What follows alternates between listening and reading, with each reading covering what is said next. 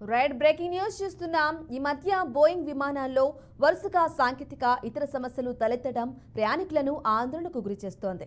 తాజాగా ఈ సంస్థ తయారు చేసిన మరో విమానం గాల్లోకి ఎగిరిన కాసేపటికే టైరు ఊడిపోయింది. యునైటెడ్ ఎయిర్లైన్స్ కు చెందిన బోయింగ్ 757-200 విమానం లాస్ ఏంజల్స్ అంతర్జాతీయ విమానాశ్రయం నుంచి బయలుదేరింది.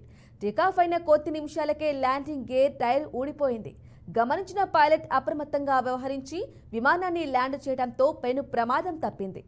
ఈ ఘటన జరిగిన సమయంలో విమానంలో 174 మంది ప్రయాణికులతో పాటు 7 సిబ్బంది ఉన్నట్లు అధికారులు తెలిపారు.